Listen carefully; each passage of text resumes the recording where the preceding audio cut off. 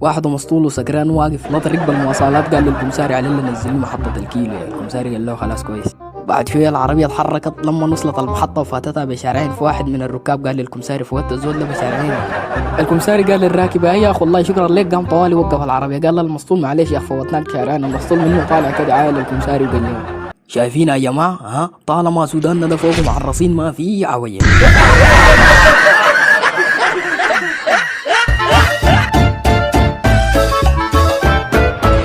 آدم جوا.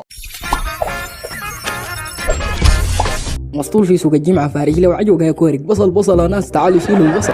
في مرة كبيرة دارت تشتري بصل، جات لي كده فارج عجوقة، قالت له ده شنو ده اللي قاعد تقول فوق ده؟ انت فارج عجوق بتقول بصل؟ قال لا يا اخ مالك يا حجة، اقدر تقد لنا الشغل من الصباح.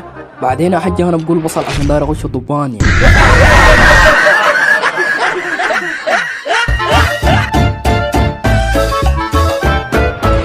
آدم جوا. يومي في اثنين مساطيل قاعد يحضروا كورة بالعصر، بيجوا قاطعين عندهم مسطول كده صاحبهم بيحشوا. الزول ده يوم يلقون مولع سيجارتين. اليوم ديك في واحد ساله قال له انت زول شنو اللي قاعد تعمل فوق؟ كل ما مرة نجي نلقاك مولع سيجارتين. ده كلام شنو؟ قال لهم والله السيجارة دي لاخوي المسجون واحدة لي. يوم من الايام جو لقوا مولع سيجارة واحدة. في واحد ساله قال له يا زول ايه سلامات اخوك وين؟ يا زول رجعوا السجن ولا شنو؟ قال لهم سجاير لا اله الا الله والعياذ بالله. يا زول سيجار شنو؟ خليت الدخان ده من زمان، السيجارة شايلها في يدي دي بتاعت اخوي.